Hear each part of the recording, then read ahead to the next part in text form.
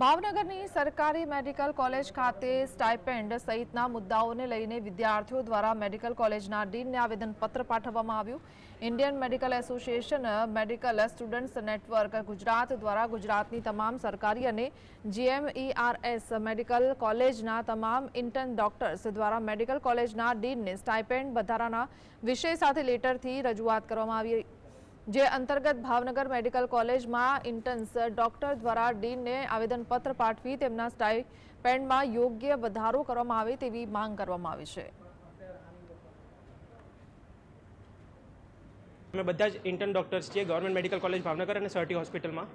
અમારે આજે એટલે એ વસ્તુ માટે ભેગા થવું પડે છે કારણ કે આખી અક્રોસ ગુજરાત અને બધા જ ઇન્ટર્ન્સ IMA MSNના અંડરમાં કલેક્ટિવ એક્શન એક લઈએ છીએ બિકોઝ છેલ્લા 3 વર્ષથી અમારું સ્ટાઇપન્ડ નથી વધેલું।